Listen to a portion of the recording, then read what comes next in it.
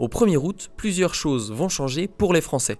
Alors que la rentrée se profile déjà, l'allocation de rentrée scolaire sera versée le 20 août. Le montant dépend de l'enfant.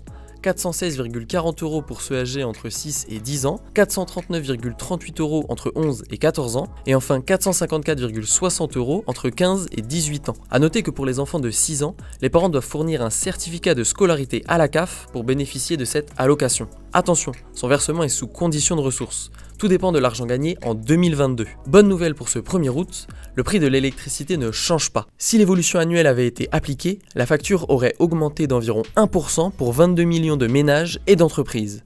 On évite donc entre 10 et 40 € de plus sur la facture.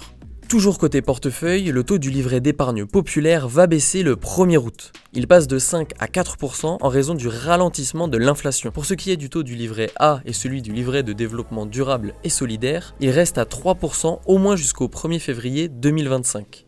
Le 1er août, enfin, il ne vous reste plus que 4 semaines pour profiter du Pass'Rail. Ce titre de transport destiné aux jeunes de 16 à 27 ans est utilisable partout en France pour les TER et Intercités pour 49 € par mois. Il a remplacé cette année le Pass Jeune TER, supprimé en 2022, qui permettait aux 12-25 ans de prendre les TER en illimité l'été pour 29 € par mois. N'espérez pas utiliser ce Pass'Rail pour emprunter des TGV ou des Ouigo, idem pour voyager entre deux gares en Île-de-France.